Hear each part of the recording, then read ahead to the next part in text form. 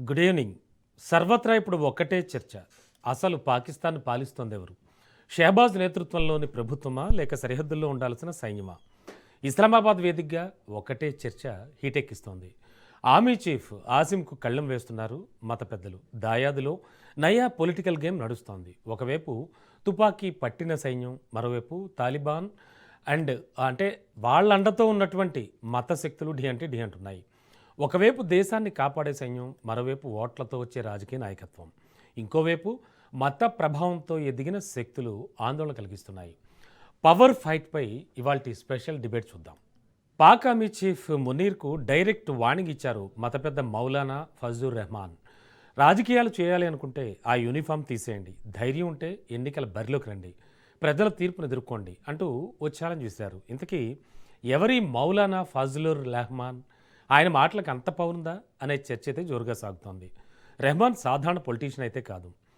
ఖైబర్ పఖ్తూన్ఖ్వా, బలూచిస్తాన్ లాంటి ఉద్రిక్త ప్రాంతాలని తన చేతుల్లో పెట్టుకోగల జమియత్ ఉలేమా ఏ ఇస్లాం అధినేత. దీంతో రెహమాన్ సవాళ్లతో పాక్ ఆర్మీ హెడ్ ఆఫీస్ పునాదులన్నీ కదులుతున్నాయి.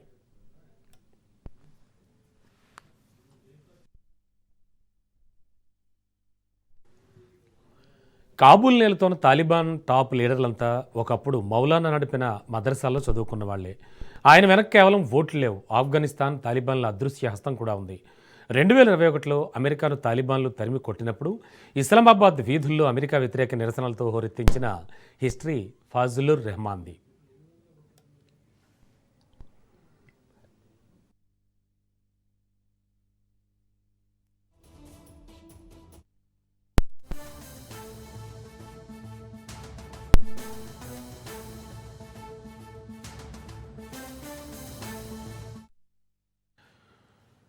ఇక కొద్ది రోజులుగా ఇస్లామాబాద్ కాబూల్ సంబంధాలు ఉద్రిక్తంగా ఉన్నాయి. అయినప్పటికీ ఫజలూర్ మాత్రం చర్చల ద్వారానే పరిష్కారం కావాలని చెబుతున్నారు. ఒకప్పుడు ఆసిమ్ మునీర్ ఎదుగుదలకు ఫజలుర్ రెహమాన్ పరోక్షంగా సహకరించారు. ఇమ్రాన్ ఖాన్ ప్రభుత్వానికి వ్యతిరేకంగా 2020లో ప్రతిపక్షాలు కలిసి పాకిస్తాన్ డెమోక్రాటిక్ మూవ్మెంట్ ఏర్పాటు చేశాయి. దానికి ఫజలుర్ రెహమాన్ నాయకత్వం వహించారు. ఆ పోరాటమే ఇమ్రాన్ ఖాన్పై అవిశ్వాస తీర్మానాన్ని తెచ్చింది. అదే సమయంలో మునీర్ 2022లో పాకిస్తాన్ ఆర్మీ చీఫ్ అయ్యారు.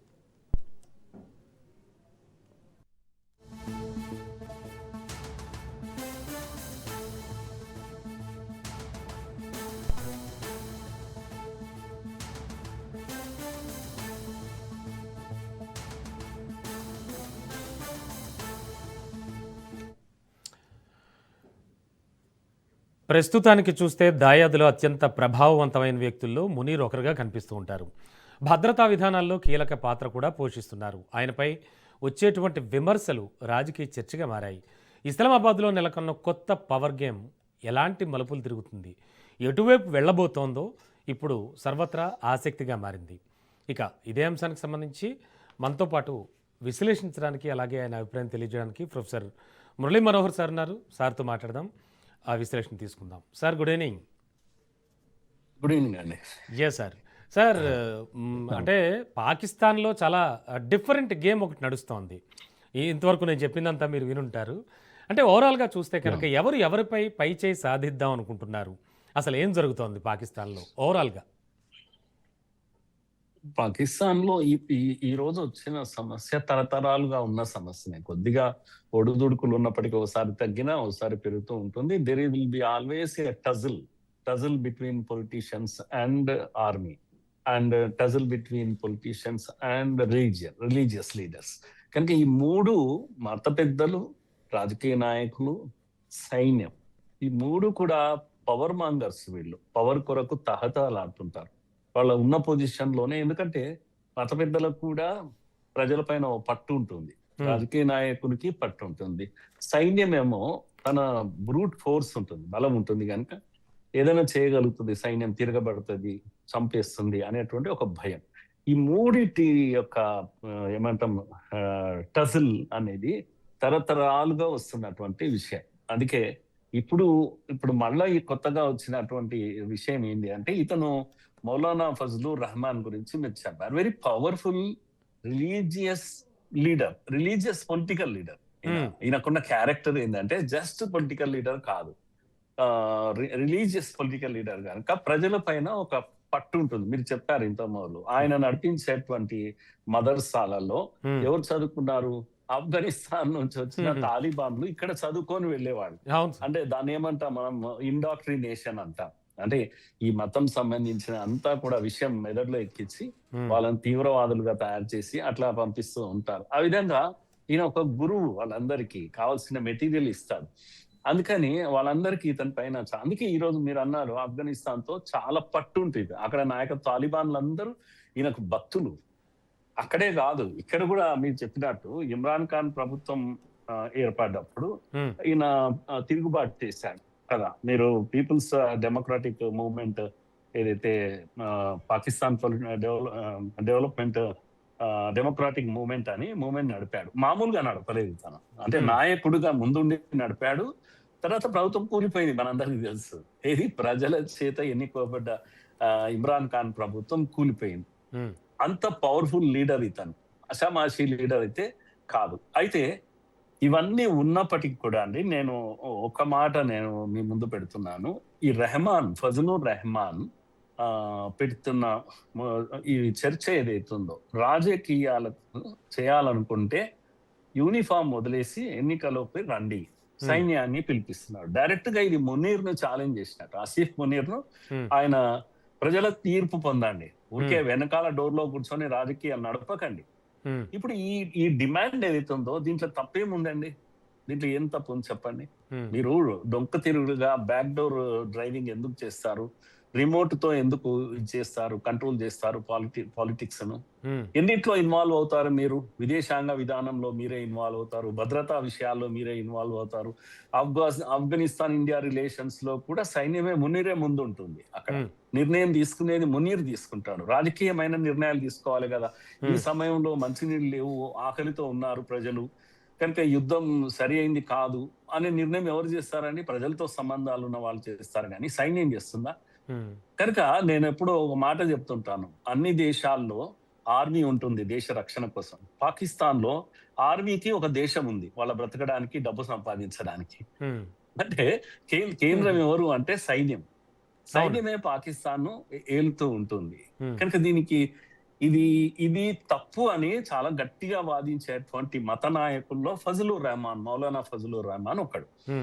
ఈ వాదన ఏదైతుందో చాలా అద్భుతమైన వాదన. దీంట్లో సత్యం ఉంది, దీంట్లో నిజం ఉంది వాస్తవంగా. లేకపోతే రాజకీయ పార్టీలు అన్ని క్లోజ్ చేసుకోవాలి. ఎందుకు పార్టీలు పెట్టుకోవాలి? ఎందుకు ఎన్నికలు నిర్వహించాలి? ఎందుకు ప్రజలు ఓట్లు వేయాలి?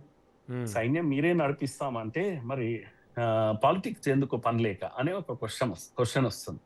అందుకే ఈయన లేవనెత్తిన ప్రశ్న మాత్రం చాలా అద్భుతమైనటువంటి ప్రశ్న. అందరూ ప్రజలు ఆలోచిస్తున్నారు. అయితే సాధారణ రాజకీయ నాయకుడు మాత్రం కాదు, అందరిలాగా ఒక నార్మల్ పొలిటీషియన్ కాదు. ఈయన నడిపేటువంటి పార్టీ జమాయత్ ఉలేమా ఇస్లామీ, జేయుఐ, చాలా పవర్ఫుల్ పార్టీ. ఎన్నికల్లో అంటే ఈయన చాలా సార్లు పార్లమెంట్ లో కూడా ఉన్నాడు, ఎంపీగా ఎలక్ట్ అయ్యాడు, పార్లమెంట్ లో వాదిస్తాడు. ఇంకొక మంచి విషయం ఈయన విషయంలో నేను చూస్తున్నది ఏంటంటే, ఈయన పార్లమెంటేరియన్ పాలిటిక్స్ నే ఇష్టపడుతూ ఉంటాడు. అంటే అర్థమైంది అంటే, ఆర్మీ చేత ప్రభుత్వాలను కూలగొట్టి ఆర్మీ నడిపించడం ఆయనకి ఇష్టం లేదు.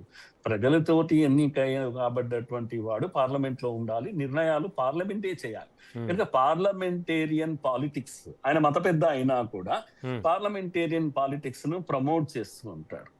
ఇది పాకిస్తాన్ లో చేయడం చాలా కష్టం అండి. పాకిస్తాన్ ఏ రోజు ఒక డిసిప్లిన్ ఉండదు ఆ దేశంలో. అంటే అలాంటి దేశంలో సార్, అంటే ఈ మౌలానా ఫజలుర్ రెహమాన్ ఎవరైతే ఉన్నాడో ఈయన మాటలకి చాలా పవర్ ఉందంటారా? నిజమే, అంటే పాకిస్తాన్ లాంటి మత ఛాందసవాద మతతత్వ కంట్రీలో ఖచ్చితంగా మతానికి వాళ్ళు ఇచ్చే వాల్యూ మనకు తెలియదు కాదు, ప్రపంచవ్యాప్త ప్రజలకు తెలుసు సార్. అయితే ఈ నేపథ్యంలో ఇతని మాటలకు అంత వాల్యూ ఉందంటారా? అంటే లాస్ట్కి ఇతని మాటే పై చేయి అయ్యేటువంటి అవకాశం ఏమైనా కనిపిస్తోందా? నాకు అందుకే ఇప్పుడు మీరు ఇంతకుముందు చెప్పినట్టు పాకిస్తాన్ డెమోక్రటిక్ మూవ్మెంట్ ఈయన లీడ్ చేస్తే ప్రభుత్వం పడిపోయింది కదా. ఎంత ఎంత ఎంత బలం ఉంటే ఆయన మాటలో ఆయనకు ఇది ఉంటుంది.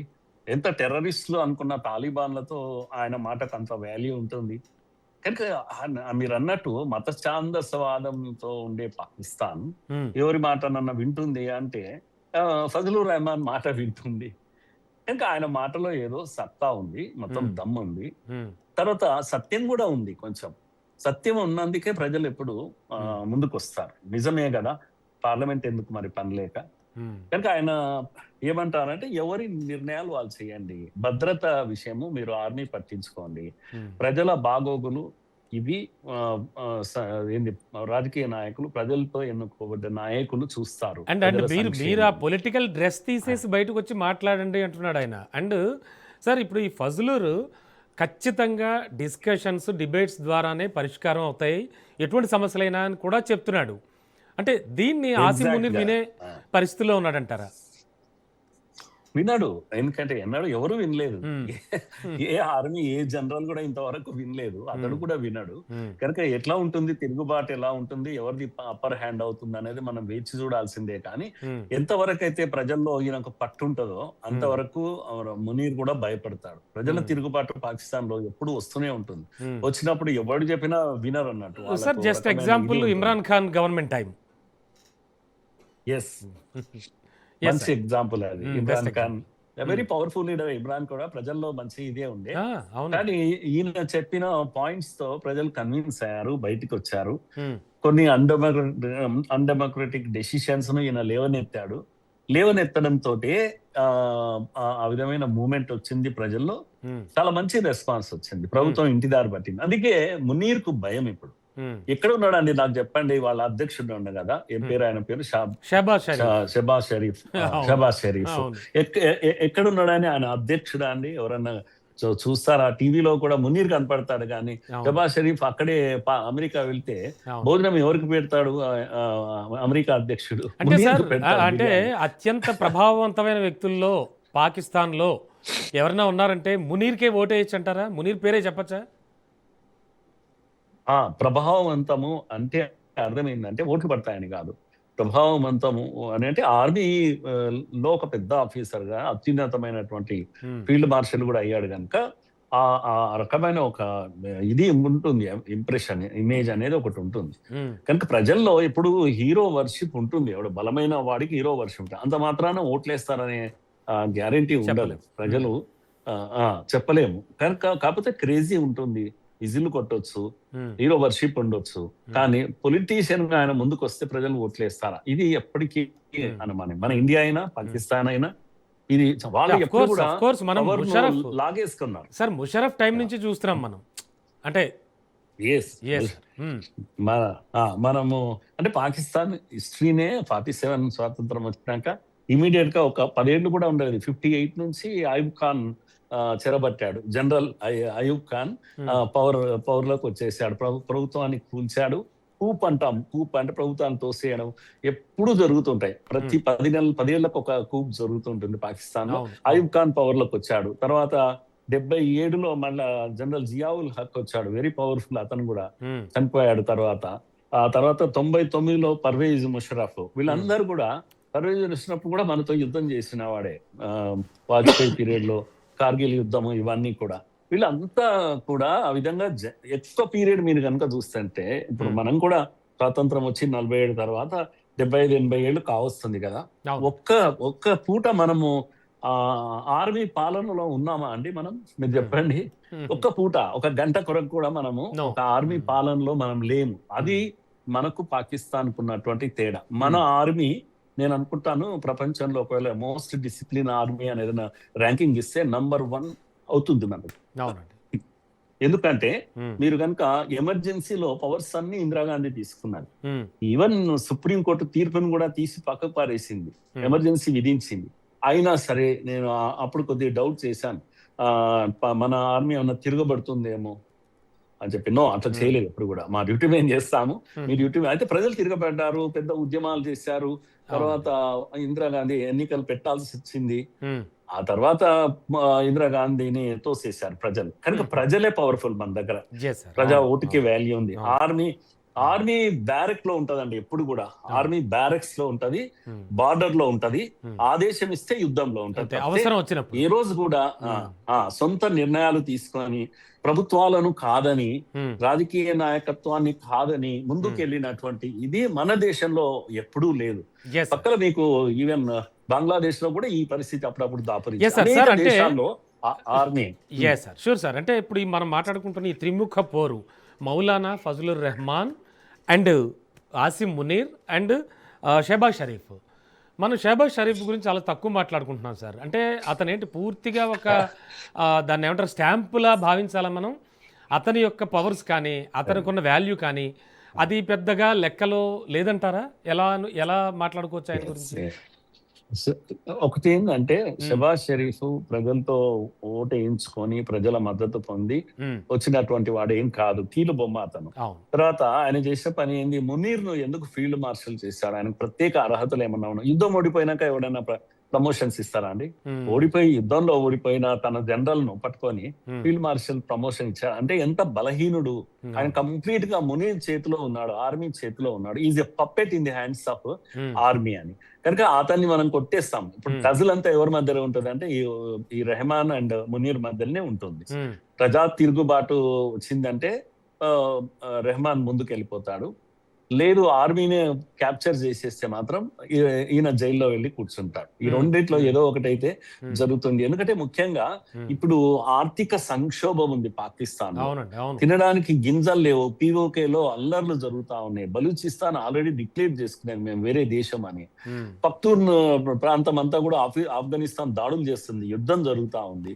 ఎక్కడ ఉందండి మనశ్శాంతి లేదు, ప్రశాంతత లేదు, నీళ్ళ సప్లై లేదు, మంచినీళ్ళు దొరకట్లేదు. ఇంతటి పరిస్థితుల్లో ఉమ్, ఇప్పుడు ఏదో ఒక పవర్ చేతిలోకి రావాలి, ఎవరో ఒక్కరే పవర్ రూల్ చేయాలి ఉమ్, పాకిస్తాన్ భవిష్యత్. నేను అనుకుంటాను ఎప్పుడో ఒకసారి ఈ తిరుగుబాటు జరుగుతుంది, మునీర్ చేతిలోకి తీసుకోవచ్చు. ఎందుకంటే వీళ్ళు చేతిలో ఆయుధం లేని మనుషులు కనుక ఉమ్, కొన్ని కాల్పులు అవి జరుగుతాయి, పవర్ చేతిలోకి తీసుకోవచ్చు అని గతంలో చరిత్ర అంతా అదే నేర్పింది కనుక ఉమ్. జియావుల్కైనా లేకపోతే అయూబ్ అయినా వీళ్ళందరూ చేసింది అదే పని. ఇప్పుడు కూడా ఒక రోజు మనం వింటాం కూప్ తిరుగుబాటు, Yes, సైన్యం sir. వాళ్ళకి ఎలాగో అలవాటే మీరు చెప్పినట్టు ప్రతి 10 ఏళ్ళకి ఒకసారో అలాగా. అండ్ సార్ ముఖ్యంగా Yes, yes. మత పెద్ద అయినటువంటి మౌలానా ఫజలుర్ రెహమాన్ పాక్ ఆర్మీ చీఫ్ మునీర్కి ఇచ్చిన డైరెక్ట్ వార్నింగ్ని ఎలా చూడాలి? అంటే సరే ఆయన దగ్గర మదర్సాల్లో చదువుకున్న వాళ్ళు అయి ఉండొచ్చు, ఇప్పుడు కాబూల్లో ఉన్న తాలిబాన్లంతా కాదంటలేదు, దానికి చాలా పవర్ ఉండొచ్చు. మనం ఇంతకుముందు మాట్లాడుకున్నట్టు ఒక మతపరమైన కంట్రీ కాబట్టి ఆ మత పెద్ద ఎఫెక్ట్ ఖచ్చితంగా ఉంటుంది అక్కడ. అయితే ఈ వార్నింగ్ని ఎలా చూడాలి? డైరెక్ట్ ఆర్మీ చీఫ్కి ఇవ్వడం. మునీర్ గురించి మనం చెప్పుకుంటున్నాం ఆయన చాలా పవర్ఫుల్ అని, మరి ఈ నేపథ్యంలో దీన్ని ఎలా చూడాలి? నో నో ఈ వార్నింగ్ లో ఒక మనకు దాగి ఉన్న అంశం ఏంటంటే is not happy with the war with Afghanistan Talibans. వాళ్ళంతా తన మనుషులు కనుక ఈ యుద్ధం ఏంటి అసలు? చిన్న దేశం, వాళ్ళను విముక్తి చేసిందే మనము తాలిబాన్లను అమెరికా నుంచి. అలాంటి తాలిబాన్లతో నువ్వు కొట్లాడేది ఎందుకు? చర్చల ద్వారా కూర్చొని క్లోజ్ చేయొచ్చు కదా. చాలా చాలా చిన్న సమస్య కదా అది. ఆయన ఇగో అడ్డం వస్తుంది. తనకు వదిలేస్తే దాన్ని మాట్లాడగలుగుతాడు, సమస్యను సెటిల్ చేయగలుగుతాడు. కానీ ఆయనకు ఆ పవర్ ఇవ్వడం లేదు మునీర్. అందుకే ఈ ఛాలెంజ్ గట్టిగా విసిరాడు. అరే రాను ప్రజల మధ్యకి రా, ధైర్యం ఉంటే యూనిఫామ్ తీసేసే అని చాలా ధైర్యంగా ఇది ఛాలెంజ్ విసిరాడు. అంటే సార్ ఆర్మీ చీఫ్ మునీర్ కి దాదాపుగా కళ్ళెం వేసేసినట్టేనా మత పెద్దలందరూ కలిసి? ఎస్, అంటే ప్రజల్లో తిరుగుబాటు వస్తుంది, దాన్ని గమనిస్తున్నాడు మునీర్ కూడా. నేను అనుకుంటా మునీర్ అంత టైం ఇవ్వడు, క్యాప్చర్ చేసేస్తాడు, పవర్ తన చేతిలోకి తీసుకుంటాడు. పాకిస్తాన్ మళ్ళొకసారి నలిగిపోతుంది, బ్రతుకులు చిందరబందర అయిపోతాయి పాకిస్తాన్. నాకైతే ఎప్పుడు అరే మన తోటి వాళ్ళే కనుక ఓసారి పాపం అని అనిపిస్తుంటది. Yes sir. అంటే ఓవరాల్ గా చూస్తే కనుక ఈ త్రిముఖ పోర్లో ఈ 3 ముక్కలాటలో గెలిచేది ఎవరు? అంటే పాకిస్తాన్ ప్రజల సంగతి తెలుసు, ఇప్పుడు అక్కడున్న సిచ్యువేషన్ కూడా మీరు కళ్ళ కట్టినట్టుగా చెప్తున్నారు, ఎంత ఆర్థిక పరిస్థితుల్లో కూరుకుపోయారో వాళ్ళు. ఇప్పుడున్న సిచ్యువేషన్లో ఈ 3 ముక్కలాటలో ఎవరికి ఎక్కువ శాతం ప్రజలు జై కొట్టేటువంటి అవకాశం ఉందంటారు? ఒకటి ఎవరు గెలుస్తారు అనే కన్నా ఎవరు ఓడుతారు అనే దాన్ని ఈజీగా చెప్పొచ్చు మనము. షెహబాజ్ షరీఫ్ ముందుగా ఓడిపోతాడు, ఆయన ఫీల్డ్ లో నుంచి తప్పుకుంటాడు. ఉమ్, ఈ ఇద్దరిలో మునీర్ కున్న అడ్వాంటేజ్ ఏంటి అంటే బలూచిస్తాన్ లో చాలా సైన్యాన్ని చంపేస్తున్నారు వాళ్ళు. బలూచ్ వీళ్ళు తిరుగుబాటు జరుగుతోంది కనుక అక్కడ ఎవరు అవసరము? తిరుగుబాటు కాదు కావాల్సింది, అక్కడ సైన్యం కావాలి. అవునండి, ఈ సైన్యాన్ని నడిపించగల శక్తి మునీర్కు ఉంటుంది.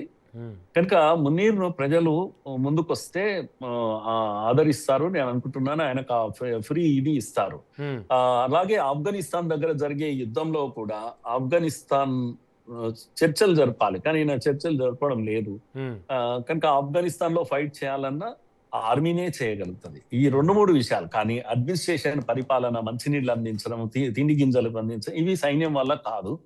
కనుక పిఓకేలో ఆ సమస్య ఎక్కువ ఉంది. పిఓకేను పాకిస్తాన్ ప్రజలు పట్టించుకోరు, వాళ్ళు మా వాళ్ళు కాదని అనుకుంటారు ఎప్పుడు కూడా. సో నేను చూస్తున్నాను మునీర్ అప్పర్ హ్యాండ్ తీసుకుంటాడు అని నాకు అనిపిస్తున్న విషయం. ఓకే. అండ్ సార్, ఓవరాల్గా చూస్తే కనుక సైన్యానికి ఉండేటువంటి అక్కడ పవర్ మనకు తెలుసు. సో ఫైనల్గా ఈ ఆసిమ్ మునీర్ నేతృత్వంలో వీళ్ళే గెలిచేటువంటి అవకాశం కనిపిస్తోందంటారా? ఎందుకంటే షహబాజ్ షరీఫ్ ఎలాగూ కూడా ఒక ఆటబొమ్మ టైప్లో అనుకుంటున్నాం కాబట్టి, and at the same time ఈ మతం కూడా చాలా చాలా కీలకం అక్కడ. సో ఓవరాల్గా ఏమనుకోవచ్చు? దీంట్లో మరొక కోణం చిన్నది ఏంటి అంటే అమెరికా మద్దతు అనేది ఒకటి ఉంటుంది ఎప్పుడు కూడా. అమెరికా ఇప్పుడు ఎవరి సైడ్ తీసుకుంటుంది అంటే మత పెద్దల వైపు ఎప్పుడు ఉండదు అమెరికా. సో మునీర్ వైపు నిలబడుతుంది. ఎందుకు అంటే అమెరికాకు ఇక్కడ స్థావరాలు ఉన్నాయి, అమెరికా ఇక్కడ ఈ అణ్వాయుధాలు కూడా అమెరికా కంట్రోల్లో ఉన్నాయి. చైనా వచ్చి అవన్నీ కబ్జా చేస్తే కష్టం. అమెరికా ఇంట్రెస్ట్ ఉంది కనుక రెహమాన్ తో నిలబడుతుంది అమెరికా. ఫండింగ్ కూడా చేస్తుంది కావాలంటే. కనుక చివరకు రెహమాన్ కాదు, మునీర్ తో నిలబడుతుంది. రెహమాన్ లోపలికి వెళ్తాడు, జైల్లోకి వెళ్ళక తప్పదు అని నాకు అనిపిస్తున్న విషయం. అన్ని వైపులో కూడా అన్ని యాంగిల్లో చూస్తే అమెరికా లాంటి దేశం పక్కన నిలబడితే ఎట్టి పరిస్థితుల్లో రెహమాన్ ను సపోర్ట్ చేయదు అమెరికా, మత పెద్దలను సపోర్ట్ చేయదని నాకు అనిపిస్తున్న విషయం అండి. సార్, మన ఇండియా దృక్కోణం నుంచి చూస్తే కనుక ఎటువంటి పరిస్థితులు, ప్రభావాలు ఉంటాయంటారు? ఒకటి, ఎప్పుడు కూడా సైన్య అధ్యక్షులతో మనకు ఎప్పుడు టజల్ ఉంటుంది. ఎందుకంటే వాళ్ళు యుద్ధాన్ని ప్రిఫర్ చేస్తారు. వాళ్ళు ఎప్పుడు కూడా టెర్రర్ గ్రూప్ ప్రోత్సహించి మన పైకి పంపిస్తూ ఉంటారు. గతంలో మన అనుభవాలు ఎప్పుడు కూడా సామాన్యమైనటువంటి రాజకీయ నాయకులు అధికారంలో ఉన్నప్పుడు ఈ టెర్రర్ అటాక్స్ కానీ యుద్ధాలు కానీ జరగవు. ఎప్పుడైతే జనరల్స్, ఆర్మీ వాళ్ళు అధికారంలో ఉంటారో వాళ్ళు ప్రజల అటెన్షన్ ను పక్కకు తప్పించడానికి కూడా చిన్న చిన్న యుద్ధాలు చేస్తుంటారు, దాడులు చేస్తుంటారు. చూసారా మా మీద ఇండియా దాడి చేస్తుంది అని చెప్తుంటారు. ఇలాంటి పాలిటిక్స్ ఎక్కువ ఆడతారు. కానీ దీంట్లో నష్టపోయేది ఎవరంటే ఆర్మీ, ప్రజలు. ఆర్థికంగా పాకిస్తాన్ కుంగిపోతుంది మరింత. ఇప్పుడు ఇండియా అలా లేదు, గతంలో ఇండియా అలా లేదు. ఇప్పుడు కనుక యుద్ధం జరిగిందంటే తుత్తునియలని అంటారు, పాకిస్తాన్ ముక్కలు కావాల్సిందే, చాలా దారుణంగా ఉంటుంది. కనుక మనకి ఎప్పుడు కూడా మునీర్ వల్ల లాభం ఉండదు మనకైతే. ఉంటే రెహమాన్ ఎందుకంటే పార్లమెంటేరియన్ పాలిటిక్స్ ఇష్టపడుతున్నాడు కనుక ఎప్పుడు కూడా సఖ్యంగా ఉండే అవకాశం ఉంటుంది. కానీ ఆయన అధికారంలోకి వచ్చే అవకాశాలు తక్కువ కనిపిస్తున్నాయి. అంటే మీరు అనేది ఓట్లతో వచ్చే రాజకీయ నాయకత్వం అయితే మనుగడ కష్టం అంటారు, డౌట్ అంటారు. అక్కడ ఆ దేశంలో పరిస్థితులు అలా ఉన్నాయి. అలా వస్తే మాత్రము అది మనకు అనుకూలంగా ఉంటుంది. ఇప్పుడు గతంలో వాజ్పేయి గారు బస్సు యాత్ర చేశారు, ఎప్పుడు చేశారు అంటే వీళ్ళు ప్రభుత్వాలు బాగున్నప్పుడు, ప్రజలతో ఎన్నికైన ప్రభుత్వాలు ఉన్నప్పుడు ఇవన్నీ సాధ్యం అవుతుంటాయి. అంటే పీపుల్ టు పీపుల్ ఏమంటాం రిలేషన్స్ కానీ, కనెక్టివిటీ కానీ, కల్చరల్ రిలేషన్స్ ఇవన్నీ కూడా కొనసాగుతాయి. క్రికెట్ రిలేషన్ ఇవన్నీ కొనసాగుతాయి ఎప్పుడు ఆర్మీ చేతిలో లేనప్పుడు. అందుకని అది మంచిది మనకు. నిజంగా అయితే ఎలక్టెడ్ ప్రభుత్వం ఉంటే మనకు మంచిది, కానీ అక్కడ ఉండే అవకాశం లేదు అని నా సంతృప్తి. సార్. అండ్ సార్, ముఖ్యంగా ఈ ఫజలుర్ రెహమాన్, మౌలానా ఫజలుర్ రెహమాన్ ఇచ్చినటువంటి వార్నింగ్, చేసిన వార్నింగ్, ఈ సవాళ్లు కానీ పాక్ ఆర్మీ హెడ్ ఆఫీస్ పునాదులన్నీ కదులుతున్నాయనుకోవచ్చు అంటారా ఈ వార్నింగ్ తోటి? ఒక మెసేజ్ మునీర్ ఏం పంపిస్తున్నాడంటే, ఇది మోస్ట్ ఇండిసిప్లిన్ స్టేట్మెంట్. ఇది ఇతను మునీర్ పైన కాదు ఇతడు చేస్తున్నది, మన బలమైన సైన్యం పైన ఇతడు దాడి చేస్తున్నాడు అనేది ప్రొజెక్షన్, పొలిటికల్ ఇది చేస్తున్నారు. అందుకే ప్రజల్లో అభిప్రాయం ఏంటంటే సైన్యం పైన రాజకీయ నాయకులు తిరగబడితే అది ఇష్టం ఉండదు వాళ్ళకు. సైన్యం బలంగా ఉండాలని కోరుకుంటారు. అందుకే దీన్ని ఏం చేస్తున్నా అంటే నా మీద కాదు ఈ దాడి, మన సైన్యం పైన దాడి చేస్తున్నాడు ఇతను అంటాడు, ఇంకా కొన్ని రోజులు అయినాక అవి టెర్రరిస్ట్ అంటారు. ఉమ్, ఆ తర్వాత కొన్ని రోజులు అయినాక లోపలేస్తారు. ఉమ్. ఇమ్రాన్ ఖాన్ నే లోపలేస్తారు కనుక ఎస్ సార్, ఎస్. ఇది పొలిటికల్ పర్సెప్షన్స్ అట్లా డెవలప్ చేస్తారు. ఉమ్, కనుక నేను చూస్తున్నది మునీర్ కూడా ఉమ్, మంచి పొలిటీషియన్, అతను పొలిటికల్ నాలెడ్జ్ ఉంది కనుక నరేటివ్స్ డెవలప్ చేసినప్పుడు ఉమ్, ఇది ఆర్మీ పైన జరుగుతున్న దాడి, ఆర్మీ ఇమేజ్ ని దెబ్బతీస్తున్నాడు వీడు, ఉమ్. దీనివల్ల దేశానికి నష్టము అని లోపల పంపించడానికి ఒక అవకాశాన్ని వెతుకుతున్నారని తెలుస్తుంది నాకు. Yes sir. అండ్ సార్, ఇప్పుడు మనం మొత్తం త్రిముఖ పోరని, మూడు ముక్కలాటని, వీళ్ళ ముగ్గురు గురించి మాత్రమే మాట్లాడుకుంటున్నాం. What about people of Pakistan? Pakistan ప్రజల గురించి ఏం మాట్లాడుకోవాలి? ఇప్పటికే కూరుకుపోయారండి, చాలా దారుణంగా ఉన్నారు వాళ్ళు. వాళ్ళకి తెలుసు అది. అయినప్పటికీ కూడా ఇంకా మతం మతం అంటూ అలా మతతత్వ శక్తులకు కూడా పరుగులు పెడుతూ, లేదా ఓ సైన్యాధ్యక్షుణ్ణి Yes. డెవలప్ చేస్తూ అలాగే ఉంటారంటారా? ఏమైనా మార్పులు వస్తాయా? ప్రపంచం ఈ స్థాయిలో మారిపోతుంది. ప్రజల వైపు నుంచి చూస్తే ఎలా విశ్లేషించుకోవచ్చు సార్? ప్రజలు బాధితులు, వాళ్ళను మనం Final, ఇప్పుడు ఏం చేయలేము. కాకపోతే మత ఛాందసత్వం ఎక్కువగా ఉంటుంది ప్రజల్లో కనుక, అంటే people get the government that they deserve అని ఒక మాట ఉంది. ప్రజలకు ఎటువంటి ప్రభుత్వం వస్తుంది, వాళ్ళు దేనికి అర్హులో అదే ప్రభుత్వం వస్తుంది అని. పాకిస్తాన్ లో ప్రజలు దేనికి అర్హులు అంటే ఇగో మిలిటరీ ప్రభుత్వాలకు వాళ్ళ అర్హులు. ఇండియన్స్ అట్లా కాదు ఇప్పుడు కూడా, అవును. కనుక డెమోక్రటిక్ ప్రభుత్వాలను ఎన్నుకుంటారు వీళ్ళు. Hmm. కనుక అక్కడ ప్రజల కారణంగానే ఇవన్నీ సమస్యలు. అల్టిమేట్ గా మనం ఉమ్, ఎవరైనా నిందించాలంటే ఎవరిని నిందించాలి? ప్రజల్ని నిందించాలి. ఉమ్, ఇప్పుడు పిఓకేలో బ్రతుకులు బాగలేవు, పాపం పవర్ లేదు వాళ్ళకు, ఇంటర్నెట్ లేదు, తిండి గింజలు సప్లై ఆగిపోయింది. ఇక్కడ మనం కూడా నదీ జలాలను ఆపేసాము, మంచినీళ్లు లేవు. పంజాబ్ లాంటి సుభిక్ష ప్రాంతమే కరువుతో కటకటలాడిపోతుంది. పంజాబ్ అంటే వాళ్ళు సింధు పంజాబ్ అంటే ఆర్మీ జవాన్లు అంతా ఉండేటటువంటిది. టాప్ ఆఫీసర్లు అందరూ అండి మనం గుర్తుపెట్టుకోవాలి, ఉమ్, జనరల్స్ వీళ్ళందరూ కూడా అదేంది సౌదీలో లేదంటే లండన్ లో ఇండ్లు ఉంటాయి వీళ్ళకి అందరికి. ఆర్మీ ఆఫీసర్స్ అత్యధికంగా డబ్బు సంపాదిస్తారు. మన దగ్గర అంబానీలు అదానీలు అంటాం కదా, ఆహా. వాళ్ళేమో ఆర్మీ ఆఫీసర్స్ అలా ఉంటారు. ప్రజలు బాధితులు అక్కడ పాకిస్తాన్ ఏదైనా ఉండని పాపం బాధితులు. బలూచిస్తాన్ ఇదే సమయంగా వాళ్ళు స్వతంత్రం సాధించుకుంటారని అనిపిస్తుంది. ఉమ్, ఓకే, మన స్ట్రాటజీ ఎలా ఉంటుంది, దోవల్ గారు ఏం చేస్తున్నారో మనకు తెలియదు. ఉమ్, ఏదైనా జరిగిందంటే మాత్రం మనకు అద్భుతం జరిగిపోతుంది. మనకు నేరుగా సెంట్రల్ ఏషియాకు దారి దొరుకుతుంది అన్నట్టు, చాలా పెద్ద అడ్వాంటేజ్ ఉంటుంది మనకు ఇది పొలిటికల్ గా కానీ ఫ్యూచర్ లో దీనికి కూడా. కనుక పిఓకేని తీసుకుంటారా లేదా ఇప్పట్లో చెప్పలేము మనము, అవును. కానీ ప్రజలు అయితే బాధితులు, వాళ్ళ మీద మనకు సింపతి ఉండాల్సిందే. అవునండి. పిఓకేకి సంబంధించి కూడా కొన్ని కదలికలు అయితే వస్తున్నాయి, మనం గత కొన్ని రోజులుగా గమనిస్తున్నాం. వస్తున్నాయి. ఎస్ సార్, ఎస్ సార్, అది కూడా వస్తున్నాయి. చూద్దాం.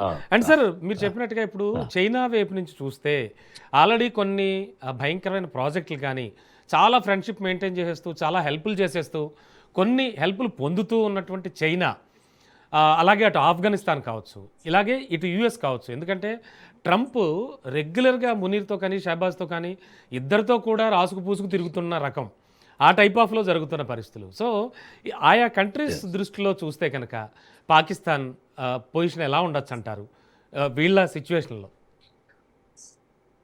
నో, ఇప్పుడు చైనా, పాకిస్తాన్, అమెరికా ఇద్దరు కూడా అక్కడ వాళ్ళకు ప్లేస్ కావాలి, స్థావరం కావాలి. ఎందుకంటే ఇండియాను నియంత్రించాలి అంటే అక్కడ స్థావరం కావాలి. లేదు రష్యా చైనాను రెండింటిని నియంత్రించాలంటే అక్కడ ఒక ప్లేస్ కావాలి అమెరికాకు. సో ఇది వాళ్ళ మధ్యలో జరుగుతున్నటువంటి ఇండైరెక్ట్ వార్ అది.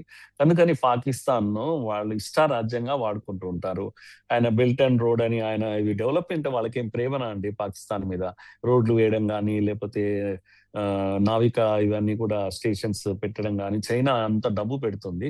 ఇప్పుడు నిన్న వార్తలు ఏంటంటే ఒత్తిడి చేస్తుంది. ఎందుకంటే చైనాకు అనుకూలంగా పాకిస్తాన్ ఎక్కడ కదలడం లేదు. అందుకని మా డబ్బులు మాకు ఇవ్వండి అని అడుగుతుంది. ఎక్కడి నుంచి తెచ్చిస్తుంది? 10 రూపాయలు లేవు వీళ్ళ దగ్గర. సో ఇది చైనా వైపు నుంచి ఉన్నటువంటి సమస్య ఇప్పుడు పాకిస్తాన్ ఎదుర్కొంటుంది. అమెరికానేమో తన కబ్జా పెట్టేసింది, తన ఎట్టి పరిస్థితుల్లో ఇంకొకరికి అవకాశం ఇవ్వదు. కనుక ఇలాగే ఉంటుంది. దేశాలు ఎప్పుడు ఎంతవరకు అయితే మనకు ఆత్మాభిమానం లేదు, మన నిర్ణయాలు మనం తీసుకోము, మన దగ్గర అమెరికా వాడికి స్థావరాలు మనం ఇచ్చామనుకోండి. మన ఈ మధ్య ఎవరో మాట్లాడుతున్నారు అట్లా అమెరికాకు లొంగిపోయింది అని. ఏ రోజు మనం లొంగిపోలేదు, చైనా కూడా లొంగిపోలేదు. మనం వాళ్ళకి అలాంటి పాకిస్తాన్ లాగా స్థావరాలు మనం ఇవ్వలేదు ఇక్కడ. కనుక ఎప్పుడున్నా మళ్ళీ అమెరికా మనకు అందుకే మంట వాళ్ళందరికీ కూడా మంట మనం లొంగలేదు. కనుక ఆత్మాభిమానంతో ఉన్న జాతి మనది. పాకిస్తాన్ కి ఆ పరిస్థితి లేదు, చిన్నాభిన్నం అయిపోతుంది. అటు చైనా రెంటికి చెడిన రేవన్నే అయిపోతుంది. చైనాతో, అమెరికాతో, అందరితో రిలేషన్స్ దెబ్బతిన్నాయి. ఈవెన్ సౌదీ లాంటి కంట్రీస్ తో కూడా మంచి రిలేషన్స్ ఉమ్, లేవు. మన పేరుకు ఏదో మీడియేటర్ గా అది పనిచేసింది కానీ ఏమైపోయింది చివరకు, ఎందుకంటే వాల్యూ లేదు యాజ్ ఎ అవును. నేషన్, దేశంగా దానికి అంత స్థాయి లేదు. అమెరికాను ఇరాన్ ను కూర్చోబెట్టి మాట్లాడి ఆ, ఏంది సమస్యను పరిష్కరించే అంత స్థాయి లేదు. అవును. లేకనే ఈ రోజు చతికిల పడిపోయింది. ఉమ్, మనం ఆ ప్రయోగాలు చేయలేదు అవును. అనవసరంగా, అవును. చేసి చేయలేదు, ఫెయిల్ కూడా కాలేదు. అవును. అంటే ఇది మనం అర్థం చేసుకోవాలి. మన మన మన నీతి, అంటే ఒక విదేశీ నీతి తటస్థ ఎలా ఉంది దేశంగా అని. నిలిచి ఉన్నామండి మనం. నిల్చున్నాము, ఆత్మాభిమానంతో ఉన్నాం, అవును ఎవరికి సార్. సరెండర్ కావడం లేదు. అవును సో సార్. పాకిస్తాన్ పరిస్థితి అలా కాదు, అందరికీ లొంగిపోవడం వల్ల కూడా వాళ్ళకి సమస్యలు వస్తున్నాయి. అవును సార్. అవును. అంటే వాళ్ళ కంట్రీలో ఉన్న మీరు చెప్పినట్టుగా సిచ్యువేషన్స్ కూడా అలా ఉన్నాయి.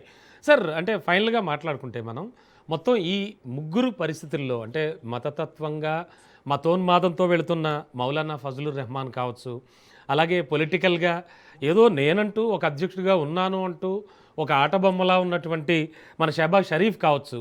అండ్ మరోవైపు షబాజ్ షరీఫ్. అల్టిమేట్ మీరు చెప్పినట్టుగా వేరే కంట్రీస్‌లో పెద్ద పెద్ద రాజభోగాలు అనుభవిస్తున్నటువంటి ఈ సైన్యానికి సంబంధించినటువంటి పవర్ చీఫ్‌లు వీళ్ళంతా ఎంతో పవర్‌ఫుల్‌గా ఉన్నటువంటి ఎస్. వీళ్ళు కావచ్చు. వీళ్ళ ముగ్గురులో ఎవరిది పైచేయి అయ్యే ఛాన్స్ ఉంటుందంటారు ఇన్ ఫ్యూచర్? అంటే ఇప్పుడు నడుస్తున్న ఈ పొలిటికల్ పవర్ గేమా? లేకపోతే ఈ ఈ సైన్యం ఆడుతున్న గేమా? మత పెద్దలు ఆడుతున్న గేమా? ఎవరు ఎవరు పైకి వచ్చే ఛాన్స్ కనిపిస్తుందంటారు?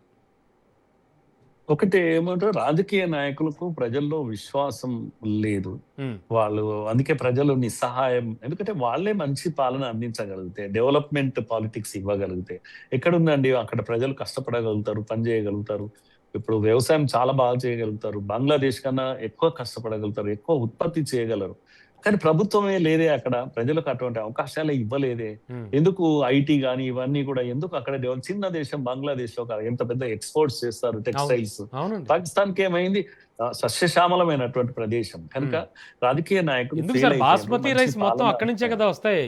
ఆ! పాకిస్తాన్ ఆ! నుంచి. ఆ! హ్మ్. అంటే అన్నీ ఉన్నాయి. ప్రకృతి అంటే వనరులు కమర్షియల్‌గా. ఉన్నాయి. కానీ నాయకులు లేరు. యెస్. ఫెయిల్ అయిపోయారు నాయకులు. హ్మ్. కనుక అక్కడ చివరి మత పెద్దలు చాలా బలంగా ఉన్నారు. హ్మ్. ప్రజల్లో ఇప్పటికీ వాళ్ళకు ఒక హ్మ్. వాల్యూ ఉంది. ఇది హ్మ్. ఉంది.